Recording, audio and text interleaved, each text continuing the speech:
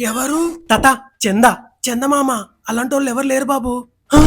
చందమామ కా తాత, చంద చంద. కింద గణేషుని పెడుతున్నాం. గణేషా? సెకండ్ ఫ్లోర్ లో ఉంటాడు, వెళ్ళి కలు. హ? తాత, మన గల్లీలో విఘ్నేశ్వర స్వామిని పెడుతున్నాం తాత, చంద కోసం వచ్చాను. ఓ గణేష్ పెడుతున్నారా? మరి అలా చెప్పాడచ్చుగా. సరే, ఎంత కావాలో చెప్పు. మీరే ఎంతో కొంత చూసివ్వండి తాత. దొరకట్లేదేంటి? ఇదిగో చూసిస్తున్నాను. నా పేరు చెప్పి ఘనంగా చెయ్యి. తాత, దీనికి ఘనంగా ఎలా చేయమంటారు తాత? మరి నా ఆస్తంతా రాసిచ్చేయాలా? పోయినసారి ఇలాగే ఘనంగా చేస్తారని 20 రూపాయలు దొబ్బారు నా దగ్గర. ఇదిగో బాబు, నాకు కావాల్సింది చేస్తానంటేనే నీకు కావాల్సినంత డబ్బులు ఇస్తా. కావాల్సినంత ఇస్తారా? ఏం కావాలో చెప్పండి. నాకు అన్నదానానికి normal rice, lemon rice, bagara rice, పప్పు, చారు, సాంబారు, పన్నీర్ కర్రీ, పన్నీర్ ఫ్రై, అప్పడాలు కావాలి. పెద్ద లిస్ట్.